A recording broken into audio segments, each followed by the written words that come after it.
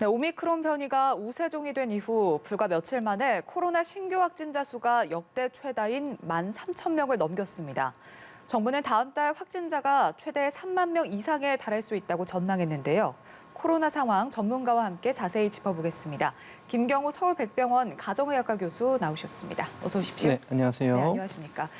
참 하루 만에 4,000명이 넘게 급증을 해서 신규 확진자 수가 역대 최다 13,000여 명이 나왔습니다. 현재 상황 어떻게 진단하고 계신가요? 네, 이제 신규 확진자 수 자체는 이제 급증하고 있고 특히 네. 이제 오미크론이 이제 우세종이 되면서 델타 변이보다 더 빠른 속도로 오미크론의 확산 속도를 따라가는 추세로 신규 확진자 수 자체는 앞으로 증가할 것이 예상이 되고요. 네. 또 이런 증가세는 우리가 이제 기하급수적으로 더 빠르게 증가할 것이 이제 우려되고 있는 상황인데 아직까지는 우리가 병상 상황을 봤을 때는 특히 위중증 환자 병상은 아직까지는 오히려 감소세에 있고 하지만 그 중등증 환자 병상 같은 네. 경우에는 조금씩 증가하고 있고 특히 이제 오미크론 변이가 우세종이 되면서 또 확진자 수가 많이 발생했던 권역 광주 호남이라든지 경북이라든지 강원권이라든지 이런 지역에서의 중등증 입원 병상 가동률은 증가하는 양상을 보였는데 네. 이것이 이제 전국적으로 확산되게 되면 전국적으로 중등증 병상의 입원 환자 수 자체는 앞으로 좀 더 증가할 것으로 예상이 되고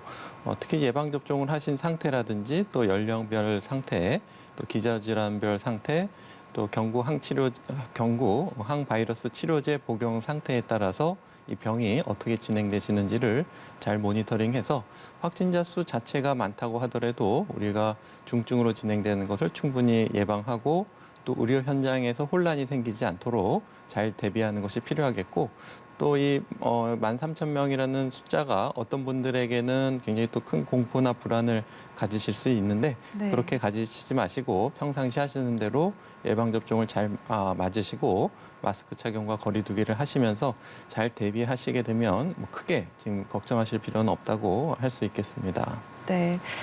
지금 또 직면한 문제가 이제 곧 설 연휴라는 점인데 또 아무래도 이제 귀향을 자제를 한다고 해도 이제 이 기간 동안 이동자가 늘어나면서 확진자가 폭증을 하지 않을까 굉장히 우려되는 상황인데 정부는 지금 다음 달에 확진자가 3만 명까지도 갈 수 있다 이렇게 전망을 했거든요. 교수님은 어떻게 보시나요? 네, 확진자 수 자체는 3만 명까지 증가할 가능성이 높아 보이고요. 네. 특히 이제 설 연휴를 맞아서 전국적으로 이동이 많아지게 되면 각 권역별로 집중적으로 많은 확진자가 발생되던 양상이 전국적으로 이제 확산되면서 더 빠르게 증가할 가능성이 이제 많아지게 되겠는데요. 네. 이제 그렇게 되게 되면은 또 한 가지 우려되는 것은 또 우리 갔다 오시고 나서 또 사회라든지 학교에 복귀했을 때 또 그 지역사회 전파 위험성이 높아질 수가 있겠는데 일단은 특히 이제 고향에 계신 연로하신 분들을 뵈실 때는 부모님도 3차 접종을 다 완료하셨고 또 본인도 3차 접종을 다 완료하시는 것이 매우 중요하시겠고 또 이제 3차 접종을 완료하신다고 해도 예방 효과는 한 75%이기 때문에 일부 감염이 또 돌파 감염이 생기실 수도 있기 때문에 네. 또 이런 모임이나 만남 직전에 필요하신 경우에 증상이 있나 발열이 있나 잘 살펴보시고 필요한 경우에는 그 신속 항원 검사로 물론 정확도는 떨어질 수 있지만 그래도 한번 검사를 해보시고 양성이 나오시면은 만남을 취소하시고 모임에 가지 않으시는 이런 전략들을 하시는 것이 좋을 것 같고요. 네. 가급적이면은 이동이나 만남을 좀 최대한 자제해 주시고 특히 다중이용 시설의 노출을 좀 피하시는 것이 지금은 매우 좀 필요할 것 같습니다. 네, 그게 제일 중요할 것 같습니다.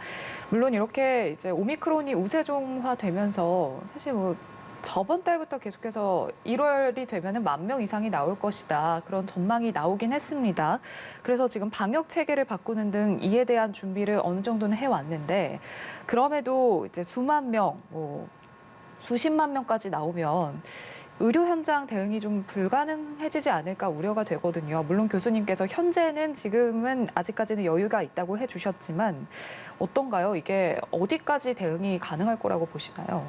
네, 일단 검사 역량을 보게 되면은 네. 지금 13,000명 나올 때 PCR 검사 건수가 한 50만 건수 네. 정도 보고가 되고 있어서 아마 우리나라에서 85만 건 검사까지 가능하다고 했을 때 말씀하신 것처럼 이제 10만 명 이상 발생하게 되면은 진짜 다 검사 검사하지 못하고 진짜 양성이 높으실 분들만 이제 우선적으로 네. 검사를 하게 되고 또 10만 명보다 더 많이 발생하게 되면은 우리가 이제 측정할 수 없는 그 정도의 확진자가 발생을 할 것이 예상이 되는데 네. 우리가 이제 검사의 목적을 좀 생각해 보게 되면 감염 전파를 위해서 이제 초기에 격리를 한다든지 또 고위험군이 있으신 분들에게 빠른 치료를 위해서 PCR 검사가 필요하실 수가 있기 때문에 일단 그런 분들을 우선적으로 검사를 하시게 되고 또 이제 검사를 못 하시는 분들 같은 경우에는 증상이 있으시다든지 또 신속 항원 검사에서 양성이 나오신 분들만 PCR 검사를 하시고 격리를 하시고 이렇게 하는 것들이 조금 필요할 것 같고요. 네. 그다음에 치료나 병상 문제로 봐서는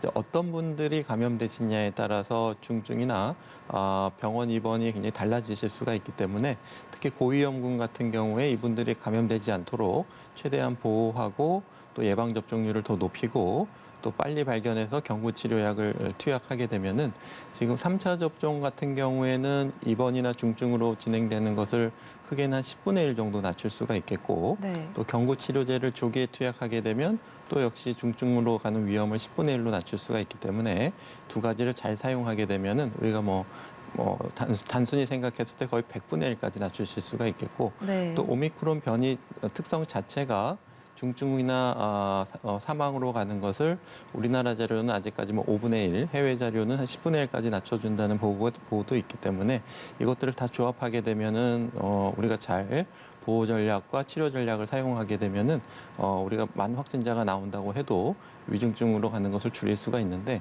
우리가 이걸 잘 대응하지 못하게 되면은 역시 혼란이 재현될 수가 있겠고 이제 또 가장 큰 문제가 오미크론에 감염되신 분들이 다른 질환이 동반돼서 긴급한 진료를 받으셔야 되는데 이분들을 진료할 만한 특수 전담병원이 부족한 경우에 이분들이 진료가 지체되는 것이 가장 큰 문제가 될 수가 있겠고요. 네. 지금 감염병 전담병원에서 이런 분들을 임신부라든지 투석 환자라든지 심장 질환이나 뇌혈관 질환, 급한 수술 이런 분들을 진료할 준비가 되어 있지만 이러한 전담 응급실이나 전담 병원이 금방 포화될 가능성이 많기 때문에 네네. 이분들을 얼만큼 수용할 수 있을까가 하나가 문제가 되겠고 또 하나 사각지대가 확진자 가족분들 그러니까 PCR 검사에서는 음성인데 밀접 접촉자로 격리가 되어 있으신 분들 이런 분들이 이제 긴급한 의료 서비스가 필요할 때 또 애매하게 되는 수가 있겠습니다. 차라리 확진이시면은 감염병 전담병원 응급실을 방문하시면 되는데 네. 그렇지 않기 때문에 이제 일반 병원의 격리실을 이제 이용하셔야 되는데 일반 병원의 응급실의 격리 병상이 굉장히 부족하기 때문에 빠른 응급 진료가 어려워질 수가 있겠고 또 응급질환은 아니지만은 외래 진료가 필요하신 경우에도 별도로 동선과 진료 공간이 분리가 되어 있는 전담 클리닉에서 외래 진료를 받으셔야 되는데 아직 그 전담 클리닉이 좀 부족하기 때문에 격리 상태로 되어 있으신 분들이 적절한 진료를 받는 것에 큰 장애가 있어서 네. 이것들을 어느 정도 허용해주고 어느 정도 격리를 할 것인가에 대한 좀 세부적인 지침과 준비가 지금 매우 시급하다고 할 수 있겠습니다. 네. 이게 오미크론이 증상이 경미하다고 해도 이게 위중증 환자들이 더 늘어날 수 있기 때문에 좀 다각적인 방법이 필요할 것 같습니다. 시민들의 불안감도 큰데요. 일단은 3차 접종률, 백신 접종률이 50%가 넘기는 했는데 지금 접종의 중요성에 대해서는 언급을 많이 해주셨지만 돌파 감염 사례가 계속해서 나오고 있거든요. 어떻게 보시나요? 네, 그렇습니다. 지금 3차 접종까지 완료하신 경우에 예전에는 거의 바이러스에 대한 감염 예방 자체에 대한 효과도 매우 뛰어났는데 네. 오미크론에 대해서는 한 75%밖에 안 되기 때문에 그래도 지금 현재로서 감염을 예방할 수 있는 굉장히 유효한 수단이 될 수가 있어서 꼭 3차 예방 접종까지 잘 해주시는 것이 좋을 것 같고요. 네. 또 무엇보다도 이제 중증화로 진행되는 것을 예방 효과가 뛰어나기 때문에 기저질환이 있거나 면역이 떨어져 계신 분들, 고령의 어르신들은 반드시 예방 접종을 해주셔야 될 것 같고요. 근데 이제 18세에서 49세 이제 젊은 분들 같은 경우에는 오미크론 자체가 중증화 위험성이 낮고 또 젊은 분들 같은 경우에도 2차 접종까지 하신 경우에는 중증화 가능성을 많이 떨어뜨리기 때문에 네. 굳이 3차 접종을 해야 되나 이렇게 좀 고민을 하실 수가 있는데 지금 2차 접종까지 하신 분들 중에 최근 감염되신 분들 보게 되면은 중증은 아니지만 이제 근육통이나 오한 또 최근에 또 인후통을 또 많이 호소하시는 분들이 많습니다. 목이 굉장히 아프다. 그래서 증상 자체도 조금 심하게 경험하시는 분들이 계시고 또 무엇보다도 이제 본인이 감염됐을 때 어떤 출근을 하지 못하게 되면 어떤 사회적인 필수적인 기능이 마비가 될 수가 있기 때문에 네. 본인이 어떤 사회적으로 좀 필수적으로 활동하셔야 되는 분들은 본인보다는 주변 사람들과 또 사회를 위해서 또 3차 접종을 마무리하셔야 되는 좀 중요한 순간이라고 할 수 있어서요. 네. 일단 3차 접종까지 잘 해주시고 그리고 마스크 착용을 잘 해주셔서 마스크 착용이 또 100% 예방은 아니지만 그래도 들어오는 바이러스 양을 충분히 우리가 줄여줄 수가 있고 네. 예방 접종으로 인한 예방 효과를 더 높일 수가 있기 때문에 우리가 이제 3차 접종까지 했는데도 특히 이제 많은 비만에 노출이 되게 되면은 또 돌파 감염이 많이 생기기 때문에 일단 최대한 비말 접촉을 줄이는 이런 방역수칙 준수도 매우 중요하다고 할 수 있겠습니다. 알겠습니다. 오미크론이 우세한 지역 광주, 전남, 평택, 안성 이 지역이 오늘부터 이제 오미크론 대응 체계에 돌입을 해서 이제 고위험군만 PCR 검사를 받고 그 외에 일반 국민들은 이제 신속 항원 검사를 받게 되는데 이 신속 항원 검사 일단은 뭐 검사 후 5분 정도만 있으면 결과를 알 수 있다 이런 장점이 있긴 한데 정확도가 많이 떨어지다 보니까 이게 실제로 코로나에 걸렸는데 신속 항원 검사에서 음성이 나와서 그냥 일반 생활을 하다가 일상생활을 하다가 더 확산이 되지는 않을까 굉장히 우려되거든요. 어떻게 보시나요?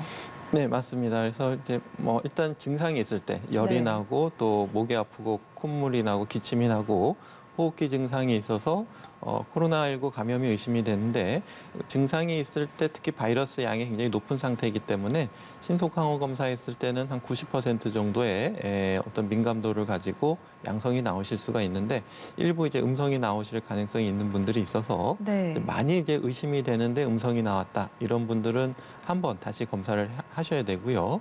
그리고 이제 밀접 접촉을 하시고 어느 정도 시간이 지나서 검사를 했는데 음성이 나오신 분들도 이틀 후에 다시 한번 신속 항원 검사를 해가지고 바이러스 양이 높아질 때 다시 한번 검사하는 것이 필요하겠고요. 네.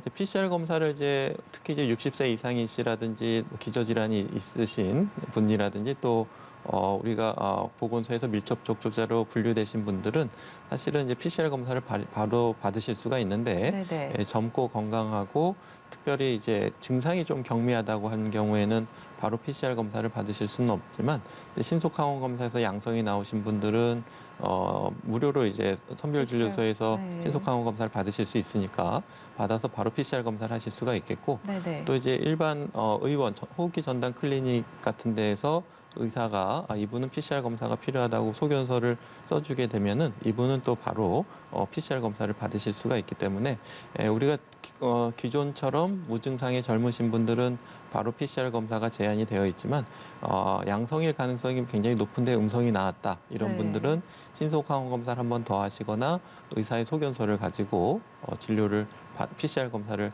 받아보실 수가 있겠습니다. 네. 이 오미크론 새 이제 검사 치료 체계 주요 내용이 지역의 병의원을 중심으로 이제 검사 치료 체계로 전환을 한다라는 건데 이게 지금 동네 병원에서 진료를 보다 보니까 이제 코로나19 환자가 갔다 올 수도 있는 거고 또 비코로나 환자들도 지금 같은 병원에서 진료를 봐야 되는 상황인데 이게 혹시 뭐 동선의 분리라든지 아니면 뭐 지금 코로나 검사를 할 때 의료진들이 방호복을 입고 계시잖아요. 이런 방호복 관련해서라든지 지금 뭐 지침이 마련된 게 있나요? 네, 일단 그 호흡기 전담 클리닉은 코로나 유행 사태 때부터 계속 준비를 해왔던 부분이 있어서 네네. 호흡기 전담 클리닉의 어떤 그런 음압 시설이라든지 또 동선 분리 또 거기에 필요한 시설을 설치하고 시설을 유지하는 데 필요한 비용 또 진료할 때의 비용, 수가 이런 것들이 다 이미 준비가 되어 있는데 네. 많은 지역 사회의 어떤 환경에 따라서 특히 이제 상가 임대 건물 같은 경우에 이제 그런 구조 변경이라든지 동선이나 진료 공간을 충분히 분리하기 어려운 조건에 계신 병의원들이 많고 네. 하지만 이제 일부 이제 독립된 공간을 가지고 좀 여유가 많으신 병의원은 이제 호흡기 전담 클리닉을 이미 운영하고 계신 데가 좀 많이 있는데 이런 것처럼 구조적으로 아예 만들기 어려운 병의원들도 좀 많이 있고 네네. 하지만 만들 수 있는 데는 적극적으로 만드는 것이 필요할 것 같고요. 또 의사가 진료할 때는 이제 레벨 레벨 D 방호복을 굳이 입지 않아도 특히 이제 의료진이 3차 예방 접종까지 했고 충분히 진료할 때 의료진과 환자 간의 감염 접촉에 대한 네네. 주의가 충분히 되는 경우에는 우리가 4종 보호구 정도, 그러니까 쉴드라든지 마스크, 또 더 가운, 장갑 이런 것들을 착용하고 진료를 할 수 있게 이렇게 하게 되면은 좀보다 쉽게 진료를 할 수가 있겠고요. 네. 또 아무래도 역격리, 그러니까 코로나19 감염성이 적은 환자분들이 직접 와서 이렇게 진료를 보시는 분들 중에는 이렇게 뭐 자주 다니시던 뭐 혈압약이라든지 당뇨약 이렇게 안정적인 상태로 약 처방만 반복해서 받으셔도 되는 분들 같은 경우에는 가급적이면 비대면 진료로 당분간 한시적으로 돌려서 굳이 병의원에 오지 않고 약을 타실 수 있게 네. 이렇게 병의원에서 밀집도를 좀 낮추는 조치들이 필요할 것 같고요. 그럼에도 이제 적극적으로 호흡기 전담 클리닉에 또 참여하고 싶은 의원 같은 경우에는 또 시간을 분리한다든지 그다음에 예약제로 한다든지 해서 동선과 공간에 대해서 환자들이 서로 겹치지 않도록 하는 것이 매우 필요한데 네. 이제 앞으로는 이렇게 코로나 의심 환자 아닌 환자 이렇게 분리해서 보기보다는 또 무증상 감염자도 굉장히 많을 수가 있기 때문에 기본적으로 표준적으로 우리가 감염이 전파되는 것을 예방할 수 있도록 실내 환기 지침이라든지 또 마스크 착용 지침 또 밀집도 조정 이런 것들에 대해서 우리가 좀 현실적으로 적용 가능한 지침들을 현장에 맞게 좀 만드는 것들이 좀 필요할 것 같습니다. 알겠습니다. 또 오늘부터 바뀐 게 코로나 확진자, 밀접 접촉자 관리 기준이 또 바뀌었습니다. 이게 하루 만에 기준을 방역당국이 수정을 하다 보니까 좀 혼란스럽다 이런 반응들도 나오고 있는데 그걸 좀 정확히 좀 짚어주세요. 네, 이제 오미크론이 유행하게 되면은 기존의 10일 격리를 이제 좀 격리를 줄여야 되겠다. 네. 7일 정도로 줄여야 되는데 모든 사람을 다 줄일 수는 없고 아무래도 감염이 짧게 가볍게 지나갈 가능성이 높은 분들은 확진자 같은 경우에도 그렇고 밀접 접촉자인 경우에도 그렇고 이제 격리 기간을 줄이거나 아예 수동 격리로 바꾸는 이런 지침들인데요. 네. 우리가 오미크론에 감염이 돼도 위험하지 않은 분들을 일단은 2차 접종을 하시고 아직 3개월이 지나지 않으신 분들 그리고 3차 예방 접종을 하시고 2주가 지나신 분들을 우리가 예방 접종 완료자 이렇게 분류를 해서 네. 이런 분들이 확진되시는 경우에는 우리가 7일만 격리를 하고 그 이후에는 이제 격리를 해제할 수가 있겠고 또 확진자와 밀접 접촉하신 분들 같은 경우에도 예방 접종 완료자이신 경우에는 PCR 검사를 해서 음성이시면 수동 격리, 그러니까 철저한 마스크 착용과 다중이용 시설을 방문하는 걸 좀 자제하시면서 어느 정도 사회 활동을 하실 수 있게 이렇게 수동 격리로 변경이 됐고 네. 또 6, 7일 차에 한번 PCR 검사를 하는 것으로 이렇게 변경이 됐고요. 네. 그 외의 분들은 예전대로 이제 10일간 격리를 하시는 것이 그대로 유지가 되겠습니다. 네. 그러니까 재택 치료자의 격리 기간이 10일에서 7일로 단축됐다라는 점이고요. 먹는 치료제에 대해서도 얘기를 해볼게요. 이게 처음에 도입이 됐을 때 중증 환자를 낮추는데 굉장히 크게 기여를 할 거다. 이런 기대가 있었는데 막상 처방받는 분들이 얼마 없다 보니까 이제 정부가 처음에는 65세 이상이었다가 60세로 낮췄고 또 이제 50세부터 허용하는 것을 검토 중이라고 하는데 이럴 거면 그냥 아예 나이 제한을 더 낮추면 안 되는 건가요?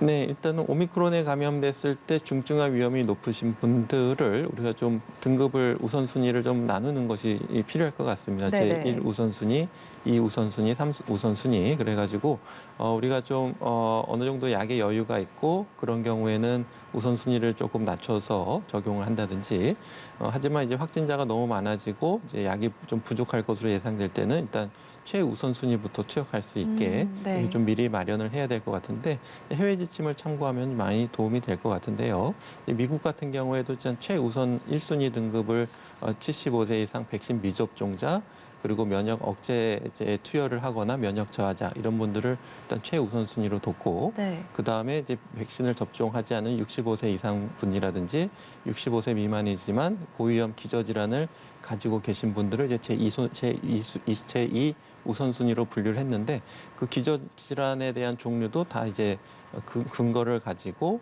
다 마련을 해놨습니다. 그래서 네네. 이런 것들을 참조해서 우선순위를 만들어야 되는데 이제 그렇게 되면 좀 또 정확하지만 또 너무 복잡해질 수가 있어서 단순하게 이제 연령 기준으로 하게 되면은 네. 사실은 이제 60세 이상 하게 되면은 상대적으로 기저질환이 많이 가지고 또 50세 이상 하게 되면 또 상대적으로 또 기저질환을 또 많이 가질 수가 있기 때문에 편의상 연령으로 이제 분류를 해놓은 것이라고 생각이 되는데요. 네네. 일단은 그 연령이 이제 절대적인 기준이 될 수가 없기 때문에 일반적인 기준으로 만들어 놓되 이제 우선순위를 만들어 놔서 또 의료진의 판단에 따라서 이분은 항경구 치료제가 필요하다고 생각되는 경우에는 투여가 될 수 있도록 이렇게 좀 조정하는 것이 지금은 매우 필요할 것 같고요. 예. 제 경험적으로 보게 되면 3차 접종까지 완료하신 분들 같은 경우에는 연세도 있고 기저질환도 있는데 증상이 전혀 없다고 하시는 분들이 굉장히 많습니다. 처음에 한 하루 이틀 정도만 조금 미열이나 호흡기 증상이 있다가 또 전화 통화를 할 때는 뭐 증상이 없어졌다 이런 분들도 있기 때문에 증상이 없어진 분들은 사실은 굳이 항경구 치료제를 투약할 가능성 필요가 없기 때문에 이런 분들은 또 이제 투약을 안 하게 되기 때문에 3차 접종을 많이 맞으신 것에 대한 효과 때문에 항경구 치료제가 이제 사용이 좀 사용률이 떨어지지 않나 이렇게 생각이 되는데 앞으로 이제 오미크론 대유행 장갑 이런 것들을 착용하고 진료를 할 수 있게 이렇게 하게 되면은 좀 보다 쉽게 진료를 할 수가 있겠고요. 네. 또 아무래도 역격리, 그러니까 코로나19 감염성이 적은 환자분들이 직접 와서 이렇게 진료를 보시는 분들 중에는 이렇게 뭐 자주 다니시던 뭐 혈압약이라든지 당뇨약 이렇게 안정적인 상태로 약 처방만 반복해서 받으셔도 되는 분들 같은 경우에는 가급적이면 비대면 진료로 당분간 한시적으로 돌려서 굳이 병의원에 오지 않고 약을 타실 수 있게 네. 이렇게 병의원에서 밀집도를 좀 낮추는 조치들이 필요할 것 같고요. 그럼에도 이제 적극적으로 호흡기 전담 클리닉에 또 참여하고 싶은 의원 같은 경우에는 또 시간을 분리한다든지 그다음에 예약제로 한다든지 해서 동선과 공간에 대해서 환자들이 서로 겹치지 않도록 하는 것이 매우 필요한데 네. 이제 앞으로는 이렇게 코로나 의심 환자 아닌 환자 이렇게 분류해서 보기보다는 또 무증상 감염자도 굉장히 많을 수가 있기 때문에 기본적으로 표준적으로 우리가 감염이 전파되는 것을 예방할 수 있도록 실내 환기 지침이라든지 또 마스크 착용 지침 또 밀집도 조정 이런 것들에 대해서 우리가 좀 현실적으로 적용 가능한 지침들을 현장에 맞게 좀 만드는 것들이 좀 필요할 것 같습니다. 알겠습니다. 또 오늘부터 바뀐 게 코로나 확진자, 밀접 접촉자 관리 기준이 또 바뀌었습니다. 이게 하루 만에 기준을 방역 당국이 수정을 하다 보니까 좀 혼란스럽다 이런 반응들도 나오고 있는데 그걸 좀 정확히 좀 짚어주세요. 네, 이제 오미크론이 유행하게 되면은 기존의 10일 격리를 이제 좀 격리를 줄여야 되겠다. 네. 7일 정도로 줄여야 되는데 모든 사람을 다 줄일 수는 없고 아무래도 감염이 짧게 가볍게 지나갈 가능성이 높은 분들은 확진자 같은 경우에도 그렇고 밀접 접촉자인 경우에도 그렇고 이제 격리 기간을 줄이거나 아예 수동 격리로 바꾸는 이런 지침들인데요. 네. 우리가 오미크론에 감염이 돼도 위험하지 않은 분들을 일단은 2차 접종을 하시고 아직 3개월이 지나지 않으신 분들 그리고 3차 예방 접종을 하시고 2주가 지나신 분들을 우리가 예방 접종 완료자 이렇게 분류를 해서 네. 이런 분들이 확진되시는 경우에는 우리가 7일만 격리를 하고 그 이후에는 이제 격리를 해제할 수가 있겠고 또 확진자와 밀접 접촉하신 분들 같은 경우에도 예방 접종 완료자이신 경우에는 PCR 검사를 해서 음성이시면 수동 격리, 그러니까 철저한 마스크 착용과 다중이용 시설을 방문하는 걸 좀 자제하시면서 어느 정도 사회 활동을 하실 수 있게 이렇게 수동 격리로 변경이 됐고 네. 또 6, 7일 차에 한번 PCR 검사를 하는 것으로 이렇게 변경이 됐고요. 네. 그 외의 분들은 예전대로 이제 10일간 격리를 하시는 것이 그대로 유지가 되겠습니다. 네. 그러니까 재택 치료자의 격리 기간이 10일에서 7일로 단축됐다라는 점이고요. 먹는 치료제에 대해서도 얘기를 해볼게요. 이게 처음에 도입이 됐을 때 중증 환자를 낮추는데 굉장히 크게 기여를 할 거다. 이런 기대가 있었는데 막상 처방받는 분들이 얼마 없다 보니까 이제 정부가 처음에는 65세 이상이었다가 60세로 낮췄고 또 이제 50세부터 허용하는 것을 검토 중이라고 하는데 이럴 거면 그냥 아예 나이 제한을 더 낮추면 안 되는 건가요? 네, 일단은 오미크론에 감염됐을 때 중증화 위험이 높으신 분들을 우리가 좀 등급을 우선순위를 좀 나누는 것이 필요할 것 같습니다. 네네. 제1 우선순위, 2 우선순위, 3 우선순위. 그래가지고 우리가 좀 어느 정도 약의 여유가 있고 그런 경우에는 우선순위를 조금 낮춰서 적용을 한다든지. 하지만 이제 확진자가 너무 많아지고 이제 약이 좀 부족할 것으로 예상될 때는 일단 최우선순위부터 투여할 수 있게 네. 이렇게 좀 미리 마련을 해야 될 것 같은데 해외 지침을 참고하면 많이 도움이 될 것 같은데요. 미국 같은 경우에도 일단 최우선 1순위 등급을 75세 이상 백신 미접종자 그리고 면역 억제제에 투여를 하거나 면역 저하자 이런 분들을 일단 최우선 순위로 뒀고 네. 그 다음에 이제 백신을 접종하지 않은 65세 이상 분이라든지 65세 미만이지만 고위험 기저질환을 가지고 계신 분들을 이제 제2 우선순위로 분류를 했는데 그 기저질환에 대한 종류도 다 이제 근거를 가지고 다 마련을 해놨습니다. 그래서 네네. 이런 것들을 참조해서 우선순위를 만들어야 되는데 그렇게 되면 좀 또 정확하지만 또 너무 복잡해질 수가 있어서 단순하게 이제 연령 기준으로 하게 되면은 네. 사실은 이제 60세 이상 하게 되면은 상대적으로 기저질환이 많이 가지고 또 50세 이상 하게 되면 또 상대적으로 또 기저질환을 또 많이 가질 수가 있기 때문에 편의상 연령으로 이제 분류를 해놓은 것이라고 생각이 되는데요. 네네. 일단은 그 연령이 이제 절대적인 기준이 될 수가 없기 때문에 일반적인 기준으로 만들어 놓되 이제 우선순위를 만들어 놔서 또 의료진의 판단에 따라서 이분은 항경구 치료제가 필요하다고 생각되는 경우에는 투여가 될 수 있도록 이렇게 좀 조정하는 것이 지금은 매우 필요할 것 같고요. 예. 제 경험적으로 보게 되면 3차 접종까지 완료하신 분들 같은 경우에는 연세도 있고 기저질환도 있는데 증상이 전혀 없다고 하시는 분들이 굉장히 많습니다. 처음에 한 하루 이틀 정도만 조금 미열이나 호흡기 증상이 있다가 또 전화 통화를 할 때는 뭐 증상이 없어졌다 이런 분들도 있기 때문에 증상이 없어진 분들은 사실은 굳이 항경구 치료제를 투약할 가능성 필요가 없기 때문에 이런 분들은 또 이제 투약을 안 하게 되기 때문에 3차 접종을 많이 맞으신 것에 대한 효과 때문에 항경구 치료제가 이제 사용이 좀 사용률이 떨어지지 않나 이렇게 생각이 되는데 앞으로 이제 오미크론 대유행을 위해서 또 우리가 확보할 수 있는 항경구 치료제가 좀 제한적이기 때문에 가급적이면 꼭 필요하신 분들께 우선적으로 투약할 수 있는 전략을 좀 미리 짜는 것이 필요할 것 같습니다. 알겠습니다. 단계적으로 대상을 완화하는 방향으로. 네. 그리고 일각에서는 지금 코로나 확진자가 이제 10만 명 이상까지 나오게 된다면 이게 의료 체계 마비가 아니라 사회 기능이 마비될 수 있다 이런 우려를 제기하기도 하거든요. 그래서 사회적 거리 두기를 좀 더 강화해야 한다 이런 목소리도 나오고 있는데 교수님 생각은 어떠신가요? 네, 그렇습니다. 일단 어느 정도 확진자가 생길 수밖에 없는 것은 이제 어쩔 수가 없는데 그분들이 얼만큼 집중적으로 빨리 생기느냐에 따라서 마비가 올 수가 있겠습니다. 네. 예를 들면 한 사업장에서만 5% 정도가 결근했다 그래도 가동이 가능하지만 뭐 20, 30%가 결근하게 되면 마비가 될 수가 있기 때문에 물론 이제 충분한 업무 지속 계획을 가지고 결근에 대해서 대치한다든지 조를 짜서 운영을 순환해서 대비한다든지 하는 전략이 있을 수가 있겠는데 하지만 그럼에도 불구하고 단시간 내에 많은 분들이 감염되면은 주요 사업장이 마비가 될 수가 있기 때문에 네. 어차피 걸릴 수밖에 없지만 이것이 가급적이면 천천히 지나갈 수 있게 하기 위해서는 우리가 어느 정도 속도를 좀 조절하는 것이 필요할 수가 있기 때문에 어느 정도 사회적 거리두기를 유지하는 것이 필요한데 네. 어느 정도 사회적 거리두기를 유지해야 되느냐 사실 좀 알 수 없는 부분이 있어서 일단은 지금 우리가 할 수 있는 최선의 전략 마스크 착용과 3차 접종을 충분히 하시고 그리고 이제 사회적 거리두기를 좀 추가적으로 조절하는 방안들이 매우 좀 필요할 것 같습니다. 알겠습니다. 여기까지 듣겠습니다. 김경우 서울백병원 가정의학과 교수와 코로나 상황 자세히 짚어봤습니다. 고맙습니다. 네, 감사합니다.